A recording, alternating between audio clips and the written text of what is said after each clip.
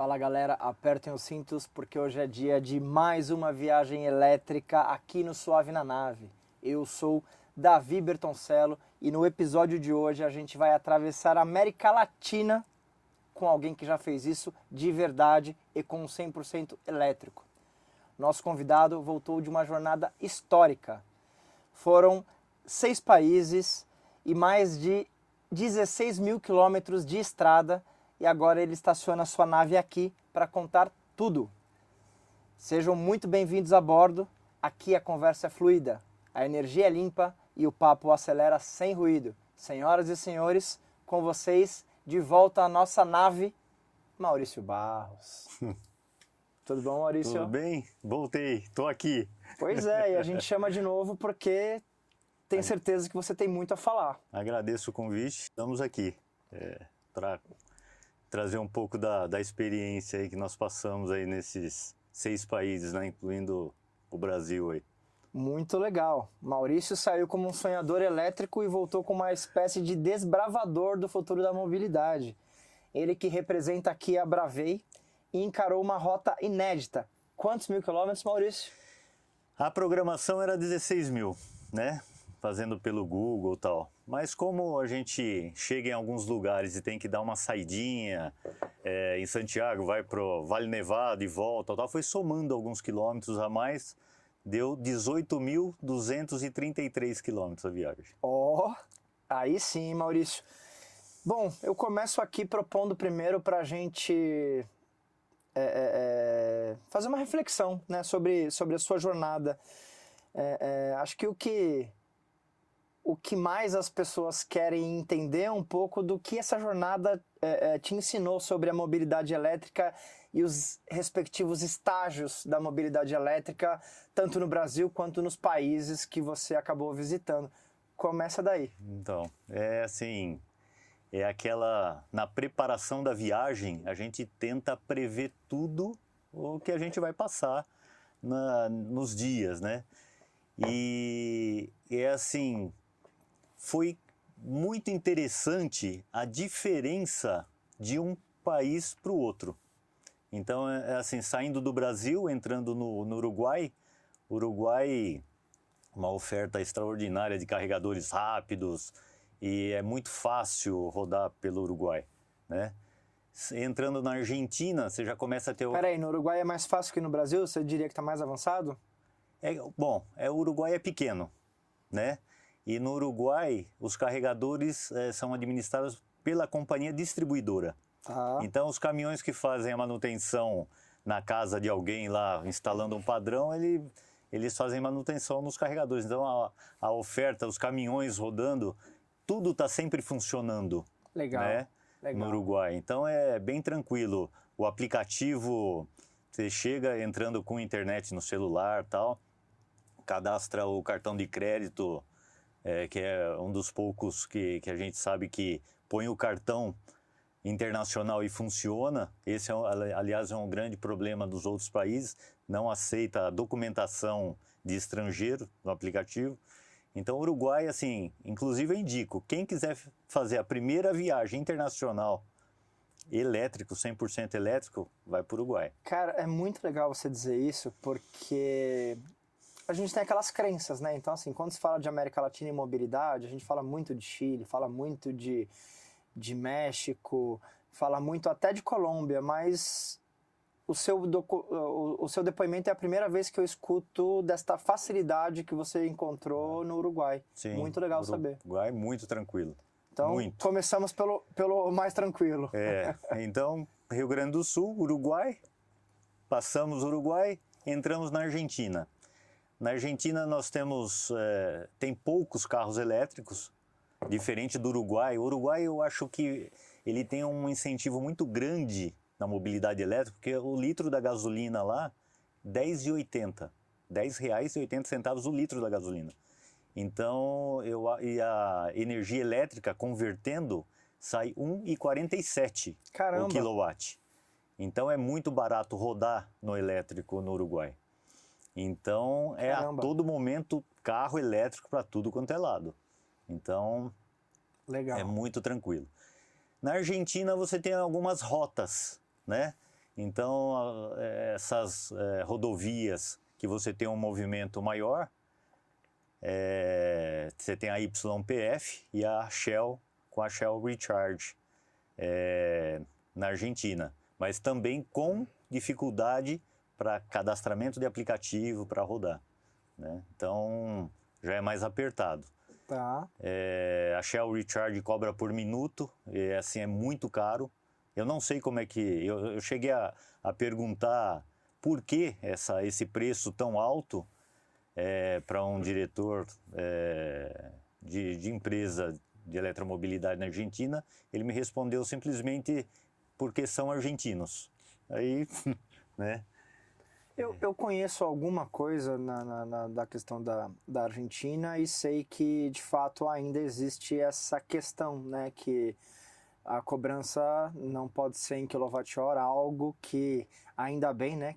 Que o Brasil já largou, de largada a gente conseguiu isso, né? Porque existia, inclusive, essa preocupação. Mas acho que muito bom ouvir esse depoimento, porque... É difícil imaginar, né, para a gente, para o nosso repertório, um lugar onde a cobrança seja por tempo e como que você faz essa conversão e faz essa conta fechar. Então, eu fiz uma assinatura na YPF de 30 dias e você carrega na rede tranquilo durante 30 dias com essa assinatura. Pode ser mensal. Legal. E aí eu fiz uns 5 carregamentos lá até entrar no Chile. No Chile, a liderança ali é da Copec Voltex, né? Que também muito tranquilo, os carregamentos na estrada a cada 80 km, 100 km tem carregador rápido, todos funcionando, também muito tranquilo. Aí quando entra no Peru, que aí o negócio, aí já muda toda a história, aí muda tudo, os carregamentos já são feitos em carga em corrente alternada nos hotéis. Então, a maior rede ali de carregamento, tem uma rede lá de hotéis que chama Casa Andina, que 90% tem carregador. Antigamente, que fizeram uma rota e vieram fazendo desde os Estados Unidos até Ushuaia, que é da Enel X. Então, tem carregadores lá que há 2, 3 anos que ninguém usa. Caramba! E aí... nós fomos carregando nesses hotéis. Inclusive, o aplicativo lá não se usa o PlugShare. E eu fui adicionando tudo no PlugShare, fazendo o check-in, dando descrição de como qual é o carregador. Então, eu fui dando uma limpada nesse mato aí. Te chamei de desbravador e não foi à toa. Não foi à toa. E como que, e o Brasil, como é que está o Brasil na fila do pão da mobilidade elétrica do ponto de vista de infraestrutura? Subindo ainda mais, entrando no Equador, o Equador... ainda tem mais, verdade. Depois do Peru, tem o Equador, que eu fui até Quito, que era o meu destino final ali, né, para começar a retornar. Legal. O Equador tá começando agora. Já tem uma empresa nova que tá assumindo, assim, mas por conta das cordilheiras, assim, a maior cidade comercial do Equador é Guayaquil, né?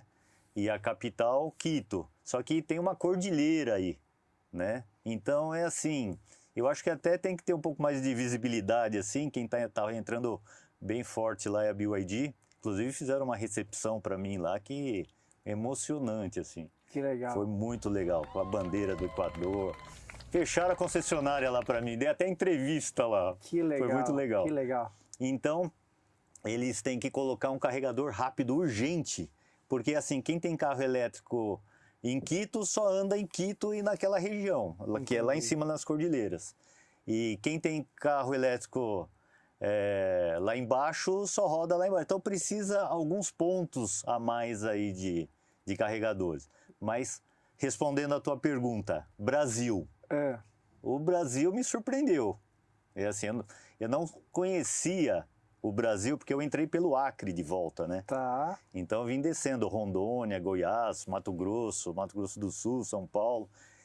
E é assim, a quantidade de carregadores que vão brotando em todas essas regiões. Inclusive eu falei com com o operador que está em Cuiabá e ele falou, Maurício, se você voltar daqui 6 meses, só nessa região que você passou nós vamos instalar mais 6 carregadores rápidos. Eu comprei, né, ele comprou 60 carregadores em corrente alternada para colocar em hotéis. Legal. Então é assim, eu acho que o Brasil está dando um exemplo na América Latina. Cara, é muito bom ouvir isso. Acho que você que está nos assistindo, aqui a gente está com um depoimento sincero e de fato, do que você me coloca, tive uma boa surpresa, né, do que você comentou sobre o Uruguai. Acho que Chile a gente já esperava, mas mais ainda me deixa feliz a sua visão sobre o Brasil, né? Acho que a gente tem alguns Brasis e esse Brasil mais profundo é aquela coisa que a gente sempre, nossa, quando vai chegar essa cobertura? E eu costumo dizer, né, que quando você está aí numa grande cidade, e São Paulo, né, servindo de exemplo para isso, São Paulo para mim é Califórnia, mas quando você vai para esses locais mais distantes, eu acho que a gente tem que pensar em 2 coisas, né? Primeiro, poucos são os aventureiros como você que está passando lá para fazer, Sim, né, uma prática, grande né? quilometragem, né? Mas o que acontece mais é pessoas que acabam tendo seus elétricos, carregam na própria casa. Mas muito legal entender que o Brasil já oferece essa condição de você viajar dentro do Brasil, desde que você se planeje, né, sem nenhum grande perrengue. Ou teve perrengue dentro do Brasil? É assim, depois que você já rodou metade da viagem, você está preparado, né? É assim, uma coisa que eu percebi diferente dos outros países é que nos outros países não tem essa iniciativa privada de vários investidores. Dá para perceber que o Brasil é muito pulverizado. Então, toda hora é um grupo daqui, alguns amigos se reúnem ali, vamos começar a colocar carregador na nossa região? E lá não, lá está todo mundo esperando ou alguma única e grande empresa mexer ou se não alguma coisa estatal. E aí, não se vende carro elétrico porque não tem infraestrutura e não se coloca infraestrutura porque não tem consumidor ainda. E fica aquele... Eu acho que o Brasil teve muita sorte, foi muito feliz quando a Volvo chegou e começou a distribuir um monte de carregador por aí, gratuito. Aí Eles fizeram um grande trabalho. todo mundo, né, todo mundo aproveitando, gratuito aqui, gratuito lá, só que isso uma hora tinha que acabar. E foi muito rápido. Na hora que a Volvo começou a cobrar o carregamento a R$4, e livre para quem é Volvo, o que aconteceu? Aí sim o mercado se interessou e começou a instalar muitos carregadores por aí. Então, o pessoal reclama, não sei quem tem que colocar carregador gratuito. Não, esse mercado tem que ser atrativo, porque aí é que a gente consegue essa pulverização. E eu falo, tem gente que fala, vai para tal lugar. O Brasil está muito bem, está muito bem. Tanto é que meu próximo projeto vai ser um negócio... Você já me conta. Mas é muito legal você falar isso, Maurício, porque eu mesmo, né, na minha empresa, fizemos, em 2019, fomos responsáveis pelo primeiro carregador com pagamento do Brasil, né? Então, eu tomei uns puxões de orelha do pessoal de elétrico, falei assim, pô, só bastou, né, vocês chegarem no mercado que o negócio começou a cobrar. E aí, desde lá, eu tenho algo que eu costumo dizer, que é o seguinte, é a pergunta errada. Você perguntar para alguém se você prefere pagar ou não pagar por algum serviço, claro que a resposta é eu prefiro não pagar. Mas essa pergunta não está certa. A pergunta certa é, você prefere pagar um preço justo para garantir que você vai ter um carregador te esperando, ou você prefere correr o risco de não pagar nada, chegar lá e ter uma experiência ruim? Fazendo a pergunta certa, eu tenho certeza que as pessoas conseguem entender. E eu acho que essa é a grande questão, né? A mobilidade elétrica nunca se colocou na posição de oferecer energia gratuita. Pelo contrário, a grande questão para a gente é que realmente comparar o valor de energia versus o valor de combustível, essa conta sempre vai fechar, não é mesmo? Sim. E eu acho que é daí que você mesmo parte, né, como racional. Então, eu fiz a conta, quanto que eu gastei de energia elétrica paga na viagem toda. Para rodar os 18.233 quilômetros, eu gastei em torno de R$ 1.900. R$ 1.900. Fazendo o cálculo num carro a combustão, inclusive eu olho o preço na bomba, tenho tudo anotado em cada lugar que eu passei e tal. Legal. Se eu estivesse rodando com um carro a combustão, eu teria gastado R$ 11.000 e quase R$ 12.000 aí. Fora revisão do carro, óleo, filtro de ar, filtro de óleo. A sua viagem já, né? só ela sozinha já ia ter que fazer uma... Cara, muito bom, assim, então, de mais de 11 mil, você gastou menos de 2 mil. Menos. E assim, a minha volta toda do Peru, porque eu saí do Equador, desci de novo a cordilheira, até Piura, depois subi a cordilheira de novo. Eu rodei toda a cordilheira do Peru e lá não tem nada, eles não sabem o que é carro elétrico lá. Então as pessoas... mas aonde você coloca a gasolina? Eu falei, não, é só eletricidade. Não, tudo bem, mas e quando acabar a eletricidade? A gasolina que você usa aí vem Não tem gasolina. Sério? Mas você carrega onde? Aqui. Então é assim, todos os hotéis que eu passei, todos tinham tomada 220 no estacionamento. E todos com o carregador portátil, coloquei, carreguei sem custo nenhum. Custo zero, desde que eu entrei até que eu saí no Acre, aqui em cima. Por curiosidade, a gente falou mais sobre infraestrutura, mas e sobre, de fato, qual foi o país onde você entendeu que os eletrificados já fazem mais parte do dia a dia das pessoas? Estava checando aqui no Brasil, ano passado, a gente terminou com uma participação de 7%, quase 8%, o que de fato é um número já bem razoável, né? E mundo afora, o que a gente acabou vendo é que esse 8% é um número mágico, né? É quando os olhares do país começam a realmente se mobilizar para fazer o negócio acontecer mais rápido. Tirando o Brasil, que a gente já conhece, nesses outros países... Uruguai.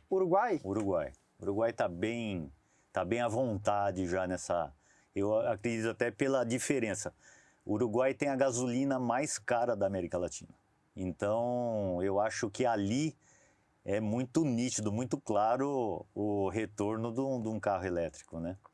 Legal, vamos falar então, começar a falar agora, você estava dizendo os países que você cruzou, quero saber um pouco sobre a sensação, como que foi voltar para o Brasil, assim, quando você estava, claro que você ainda no Brasil viajou bastante, mas a emoção de ir e de voltar, quando você voltou, você passou pelos mesmos pontos ou você foi sempre fazendo uma rota diferente? Sim, porque eu fiz um círculo, né?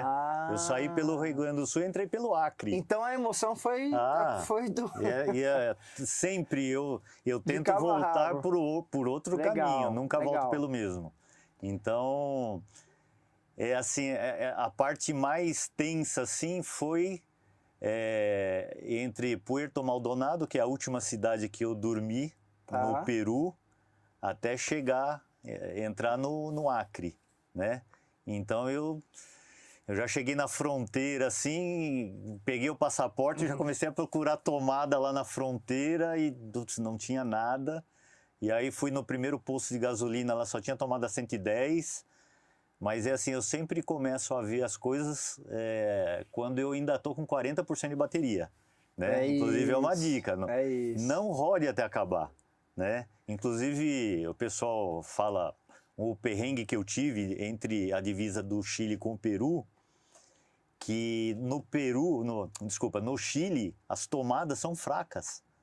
Você não tem tomada que você consiga colocar praticamente 10 amperes. É muito. Um disjuntor normal das casas é de 15 amperes, de 20 amperes, porque lá não tem chuveiro elétrico, né? É outra história que a gente fala bastante sobre o Brasil, né? A gente já é pronto para receber a eletrificação. Então, e eu com 40%, porque eu sabia que naquele dia eu tinha que rodar mais de 550 quilômetros, e sobe e desce cordilheira, é outra sensação maravilhosa também. Eu vou dar uma palhinha só para você entender. E eu sabia que com 40% eu não ia chegar, e eu não sabia se tinha alguma cidade grande para eu me virar nesse caminho. Só isso. E eu vou falar, bom, eu estou com 40%. Se eu sair a partir daqui com 100%, eu sei que eu vou chegar, né? E chego no posto, não vai, ponho na tomada, cai disjuntor e não teve jeito. Eu tive que pegar um cambão, conectar lá num caminhãozinho, pedir carona. E, inclusive, o senhor que me deu uma carona achou que fosse para mim, ele queria saber até onde eu ia. Eu falei, não, não é para mim, é para o meu carro. Falou, como assim? Falei, eu tô com o carro elétrico, e se você me puxar durante uns quilômetros, eu vou brecando e eu vou carregando minha bateria. Assim que eu tiver com 90%, eu aviso, a gente para, desconecta. Ele achou que fosse mágica. Aí parou, estacionou e tal. Aí eu fui lá, conectei o cambão e ele saiu me puxando. Então, principalmente em descida, eu chegava, que nem num carregador normal, eu carrego no máximo em 6,6 kW. O caminhão descendo e eu brecando, eu carregava 80. Caramba! E então, em 22, 23 quilômetros, eu cheguei a 95% de bateria. Na hora que eu percebi que o carro já começou a rejeitar essa carga, porque já não passava mais de 14 kW, aí eu falei, não, se eu continuar brecando, eu vou gastar pastilha. Então tá na hora de parar. Aí parei e cheguei no destino. Então esse foi o perrengue. Gente, ó, não façam isso em Não, casa, não. viu? Esse aventureiro é um aventureiro profissional que sabia o que estava fazendo. Exatamente. Mas, de verdade... Mas é assim, eu precisava passar por isso. Já Sim. estava no meu projeto e eu estava com medo de perder essa oportunidade, porque era uma necessidade prática ali. Ou senão, eu teria... Inclusive, as pessoas vão passando, o que está acontecendo? Por que você está aí? As pessoas queriam me emprestar tomadas em casa e tal, mas é muito fraca, eu ia ter que ficar muitas horas esperando e tal. Não, então, foi até curioso porque por literatura, ou por exemplo, eu já sabia que isso era possível, mas de fato a potência a qual você colocou aqui é basicamente o equivalente a um carregador rápido e ainda um rápido, né, de 100 kW, se você tiver ali com 30% não, e a carga de máxima bateria. do carro. E o OnePlus carrega no máximo em 80. Então, né? ele pegou realmente a carga máxima nessa... Pegou. Mas assim, com o OBD2 conectado, monitorando a temperatura do motor, porque o motor aquece não só gerando movimento, mas também carregando a bateria, gera calor. Então, quando eu percebia que chegava perto ali dos 85, 90 graus, eu tirava o pé, a ventoinha trabalhando direto, baixava isso, eu brecava mais um pouco e ia administrando. Porque não adianta eu, no meio da viagem, estragar o carro e ter que voltar de guincho. Seria uma decepção aí imperdoável. Eu acho que eu já sei a resposta, mas eu vou te perguntar mesmo assim, até porque a gente falava aqui fora do ar, você recebeu aí já muita solicitação, muita gente falando com você sobre viagens, muita gente que disse que pensou em fazer e quando viu o perrengue desistiu. Você em algum desses momentos pensou em desistir ou para você ali tudo era aventura? É assim, eu acho que nós temos problemas e dificuldades para ser resolvido. Hoje, na sociedade, tem valor quem resolve problema. Então, é assim, nunca, eu sei que eu vou resolver. Como?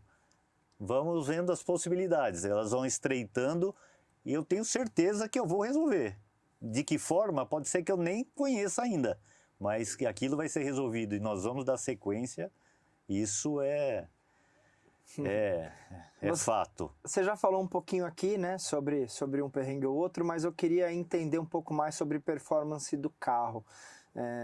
Algo te surpreendeu positivamente? Algo te decepcionou? Como que foi essa viagem do ponto de vista do carro mesmo? Assim, algumas pessoas sabem, outras não, mas assim, eu tenho um Yuan Plus da BYD. Quando eu anunciei que eu ia fazer a viagem, o Marcos Paulo, do Diário do Carro Elétrico, me ofereceu o carro dele, que na época estava com 160 mil quilômetros, né?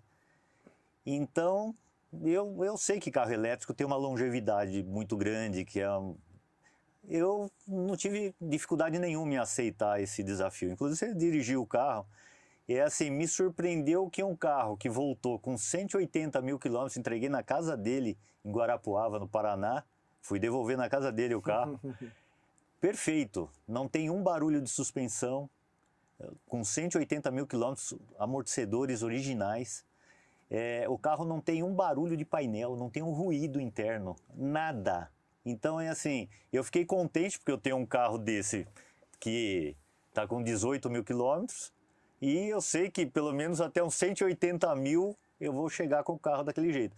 E uma surpresa, uma coisa recorrente, que as pessoas perguntam, qual é a autonomia do carro? Meu Deus do céu, vocês não imaginam o que é rodar na Cordilheira dos Andes. É infinito, Que né? Com aquelas autonomia, descidas. que autonomia. Você imagina, você olha assim, você está com 40% da bateria. Aí beleza, continua dirigindo, e sobe, desce, vira, e fica naquele negócio o dia inteiro. Só assim, você demora 10 horas para rodar 250 quilômetros, 10 horas para rodar 250 quilômetros nas cordilheiras. Aí eu olho lá, bom, 40%, olha lá no GPS quanto tempo falta, quantos quilômetros tem para rodar, e vou rodando. Depois de rodar 120 quilômetros, você olha 40%.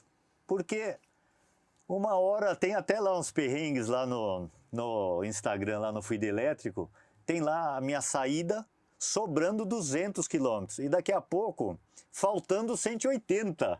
Então é assim, não tem como. Você ganha, perde.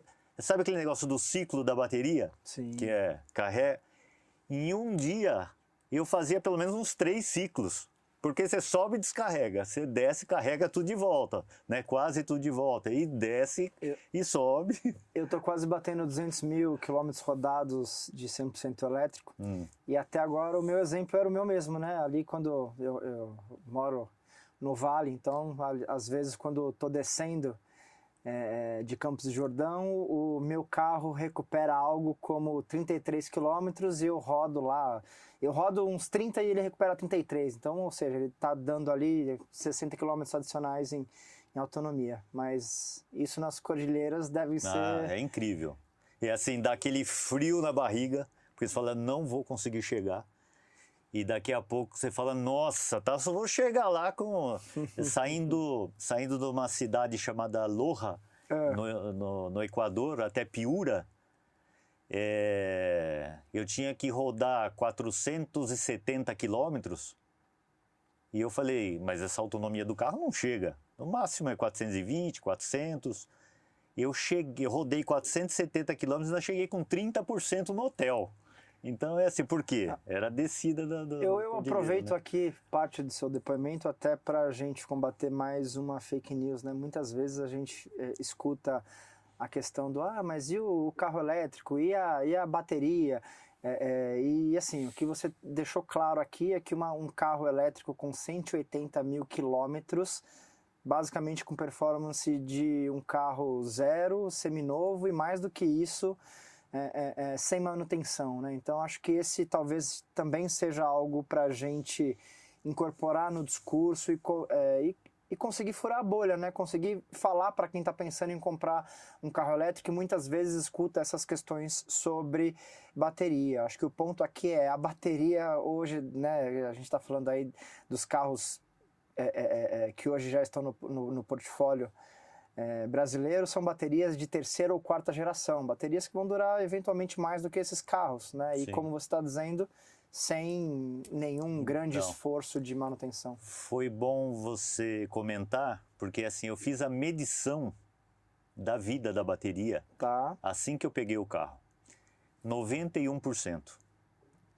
Rodei. Eu não rodei só os 18 mil, porque eu peguei o carro antes, eu falei, eu vou rodar com esse carro um pouco antes para não ter problema. Então eu rodei no total com ele 21 mil quilômetros.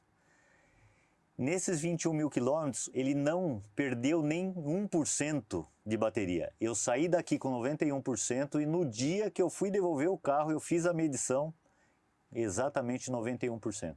Então, Sobre pelo isso. histórico, a gente sabe que no primeiro ano de vida do carro, ele tem uma queda mais acentuada na vida. E depois, essa curva, ela fica muito plana. E é capaz que o carro daqui 40 mil, 50 mil, 60 mil, continue com 91% ainda, né? Que é o que a gente vai chegar naquela conta de roda 1 milhão de quilômetros aí, 15, 20 anos aí. Então é assim, realmente, toda conversa que começa com quem não tem carro elétrico, mas e daqui 3 anos que tiver que trocar a bateria? Falei, meu Deus, né? Não existe isso, né? Agora me conta um pouquinho de bastidor. Como foi esse contato com as pessoas? A minha experiência aqui no Brasil com mobilidade elétrica e os poucos perrengues que eu passei, no sentido de, tem que carregar aqui, tem que carregar ali, você tem que explicar para alguém e tal, eu sempre vi pessoas muito solícitas, né? E Sim. queria te ouvir isso, como que é isso fora do Brasil, assim, existe você sentiu essa solidariedade, as pessoas, ou precisou dessas ajudas, como que foi isso para você? Eu precisei e assim, eu até simulei, né? Eu acho que eu estava mais como repórter, né? Do que. Então, assim, muda muito de um país para outro. Muito. Então, que nem o Uruguai nem deu, porque eu não, nem tinha. Uruguai, um exemplo. Eu estava carregando o carro na frente de um posto que tinha uma farmácia tal, uma conveniência tal. E chegaram no meu ombro, me chamaram, pois não, você é brasileiro? Falei, sou, estou fazendo uma viagem aqui de carro elétrico. Então, eu queria saber se você está tendo algum problema para eu poder te ajudar. Falei, nossa. Caramba! Falei, não estou tendo problema nenhum, agradeço muito, sabe? A pessoa saiu, foi embora, assim, poxa, que pena que ele não tem nada para me ajudar, né?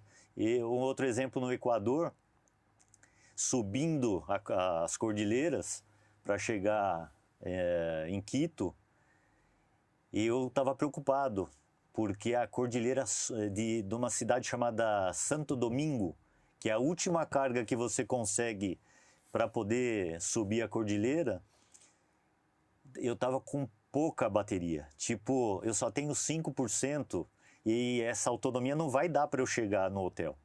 E aí eu comecei a procurar para quê? Entrei num posto de gasolina querendo uma tomada. Só que eu não sabia que lá não tem tomada 220. E é outro padrão, aquele padrão chato, você não tem, e eu não tinha adaptador para aquilo. Tá. Né? Imagina um frentista inconformado porque ele não conseguiu arrumar uma tomada para mim, ele não queria deixar eu sair do posto. Falei, não, mas vamos dar um jeito, vamos. E deixa eu ver aqui. Entrava no banheiro, via se tinha chuveiro, via tudo. Ele revirou o posto e não queria deixar eu ir embora sem resolver. Falei, não, fica tranquilo. Aí depois tinha muita descida tal até chegar, que eu achei que para chegar em Quito fosse só subindo e Quito estivesse lá em cima, mas não. Depois que você sobe a cordilheira, aí depois você começa a descer. E aí eu comecei a recuperar tal, eu falei, eu vou parar em outro posto. Aí fiz um simulado lá, consegui encaixar numa tomada lá, mas era 110, fiquei meia hora, foi o tempo de eu conversar com outro frentista, conversando sobre política, sobre economia de cada país, do Equador, como é que estava. E aí eu fui embora e cheguei de boa no hotel lá. Que legal. Mas assim, a acolhida, o acolhimento no Equador, parece que você está chegando na casa de um parente, assim. Eles são todos muito... Tanto é que na concessionária lá, quando eu vi, eu estava dando entrevista no meio da concessionária lá e cadê meu carro? Estavam lavando o carro estava no elevador, foram fazer uma vistoria nas pastilhas, tudo. Falei, nossa, me entregaram o carro limpinho, cheiroso, carregado. Caramba, isso sim é hospitalidade. Muita. E regra de trânsito, burocracia, nossa. Como que foi isso para você? Muito... É assim, inclusive, quem quiser fazer viagem, tanto de combustão como carro elétrico na América do Sul aqui, no Fluid Elétrico, no Instagram, nós fizemos várias lives, eu e o Thiago Garcia. cada live falando de um país, de documentação, exigências da polícia rodoviária. Então é Cambão na Argentina, 2 triângulos. Então tem toda a relação. Nossa, caramba. No Uruguai, o esquema do... Na Argentina você tem que andar no carro com 2 triângulos? 2 triângulos. Caramba, Quando o carro curioso. para, você coloca um na frente e outro atrás. Né? Você tem que ter cambão, você tem que ter uma capa refletiva. Se furar o pneu, você tem que vestir essa capa para poder mexer com o carro, tal, indicando que o carro está em manutenção. Se for época de neve, você tem que levar as correntes, ou tem que comprar correntes, senão a polícia rodoviária não deixa você seguir. Então tem tudo isso aí nas lives lá, cada um de um país, pormenores. Aí que nem no Uruguai você não paga pedágio em dinheiro, em efetivo, né? Você tem que no primeiro ir no escritório e colar uma tagzinha. Tarjeta. Uma tagzinha. Só a tarjeta. Já coloca, é pré-pago, você fala para onde você vai, a moça já sabe quanto custa o trajeto, você já paga e conforme você vai passando, Entendi. ali ele já vai debitando e você vai vendo os créditos que você tem ali em cada pedágio que você vai passando. Tipo um sem parar, né? Ó, chegamos então agora à nossa pergunta secreta. Essa é fácil, porque afinal de contas você está colocando aqui muita coisa interessante pra gente. E o que eu gostaria de saber, né, na pergunta secreta, é agora que você voltou, se você pudesse enviar uma mensagem para você que estava prestes a sair nessa jornada, o que você diria? Boa sorte. Olha, é assim, essa viagem foi muito melhor do que eu imaginava. Foi muito mais gostosa de fazer do que eu imaginava. A paisagem, tanto subindo toda a costa do Pacífico e voltando todo o Equador e o Peru por cima nas cordilheiras. Cada área tem a sua beleza. E assim, dava vontade de não acabar essa viagem. Ela durou 39 dias, dava vontade de ficar 100 dias, 120 dias viajando, porque a América do Sul é maravilhosa, assim, é muito legal. Bom, então a gente vai chegando ao final aqui e pensando num pouso suave. Você que está chegando de volta cheio de bagagem extra, né? E bagagem pronto para a próxima, né? Então, assim, eu queria primeiro que você me dissesse um conselho para quem sonha em fazer algo tão grandioso quanto você com um carro elétrico. O que você teria a dizer para esse pessoal? Comece aos poucos. Não saia do 0 e vá para o 100, né? Então, vá fazendo pequenas viagens, vá conhecendo o seu carro, autonomia, jeito de dirigir. Procure ficar, às vezes, em hotéis que não têm infraestrutura para conhecer uma tomada, para saber como se virar. Depois, vai para o Uruguai, passe bem por lá, volte e aí vai encarando aos poucos aí. Eu tive uma vantagem de eu já conhecer muita coisa da América Latina de moto, que eu viajo desde moleque pela América Latina de moto, primeira vez de carro. Legal. Mas que vá aos poucos, pegando confiança e absorvendo esse conhecimento aí. Legal. Uma lição prática que você, ou alguma situação que aconteceu que você vai levar para sua vida? Eu acho que é o carinho das pessoas. Impressionante ouvir isso, né? Porque, afinal de contas, somos brasileiros, né? E ouvimos muito sobre o povo brasileiro, de fato, ser aí entre os principais do mundo quando a gente pensa exatamente, né, nessa ideia de carinho, generosidade, enfim. Então, muito legal que talvez na sua visão você está estendendo isso, de certa maneira, a outros, né, povos e outros países da América do Sul. Sim. Isso, inclusive, mudou a mim, porque depois que eu fiz essa viagem, muitas pessoas entraram em contato comigo com dificuldade, querendo saber se dava para fazer, se não dava. E eu, lá no particular, vamos lá, você vai fazer isso, depois eu não consigo desconectar. Eu acompanho a viagem como se eu estivesse fazendo junto Então a gente fica muito mais solidário. Eu já era bastante, faz parte do meu perfil. Mas a gente fica muito mais, porque a gente ajuda e a gente quer ajudar bastante também as pessoas que querem seguir esse caminho aí, né? Começar. Boa. Para a gente finalizar em uma frase, o que você diria sobre o futuro da eletrificação na América do Sul? O Brasil é exemplo de eletrificação na América do Sul. Eu espero muito que os outros países sigam o Brasil como exemplo. Nós estamos muito bem, graças a Deus. Maurício, que honra te receber de novo e obrigado por transformar essa viagem em um legado, né? Com todos os seus conteúdos. A gente aqui teve o prazer de falar com você antes da sua viagem. Sim. E agora entender. Assim, fico a partir do que você está me dizendo aqui, até bastante feliz, porque a gente esperava mais perrengue, lembra? Pô, sim, eu vou, e aí?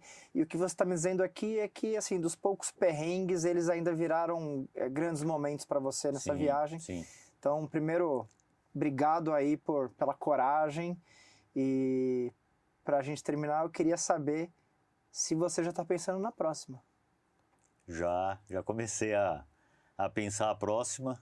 Inclusive é novidade que eu vou contar aqui agora. Boa! Então é assim, para o ano que vem, eu quero fazer as 23 capitais do Brasil, Distrito Federal, e com um bônus, porque para eu fazer o Rio Grande do Sul, eu posso ir só até Porto Alegre, mas não, eu vou lá do Chuí, vou até o Chuí, que é a última cidade, e eu vou até o Oiapoque, até lá no estado do Amapá, e chegando, que nem, só para eu chegar de Belém até Macapá, que é a capital do Amapá, 2 dias de balsa, viajando, sai para o mar e entra para o Rio Jari até chegar em Macapá, e depois tem quase 600 quilômetros até Oiapoque, divisa com a Guiana Francesa. Então vai ter esse bônus aí, e vai ser uma viagem bem difícil. Eu vou passar por uma transamazônica, então é assim, muitos quilômetros de lama, de terra, eu sei que eu vou me virar, eu vou chegar lá e eu vou arrumar um jeito de passar por lá. Quando vai ser essa? Vai ser na mesma época, em março do ano que vem. Então, ó, já deixo aqui o meu convite. Março do ano que vem você vai estar de volta aqui falando antes um pouco. De março, né? É verdade. Março eu vou estar na viagem. Você volta aqui para dizer como que foi essa viagem. Eu como de novo, que vai ser, né? Espero que aconteça tudo. Bom, você vai ter aí o panorama, né? Vai conseguir comparar a viagem desse ano com a do ano que vem. Vai ser muito legal. Tenho certeza que a gente vai estar em um momento em que a mobilidade elétrica vai estar ainda mais em evidência. Então, obrigado, muito Maurício, mais. Por de novo abrilhantar aqui o nosso programa. Uma consideração final. Eu queria agradecer e assim, fiquei muito feliz pelo convite, voltar e complementar essa história, né, que começou naquele primeiro vídeo que nós fizemos na nave, né, lá dentro da USP. E por gostar muito da mobilidade elétrica, eu fico muito feliz em poder estar contribuindo e incentivando pessoas que queiram entrar nessa área, que tem medo. Não precisa ter medo, não tem surpresa aqui não. E eu ajudo a dar um empurrãozinho aí para frente. É isso. Obrigado, Maurício. Obrigado, Davi. Até a próxima. Até. Obrigado.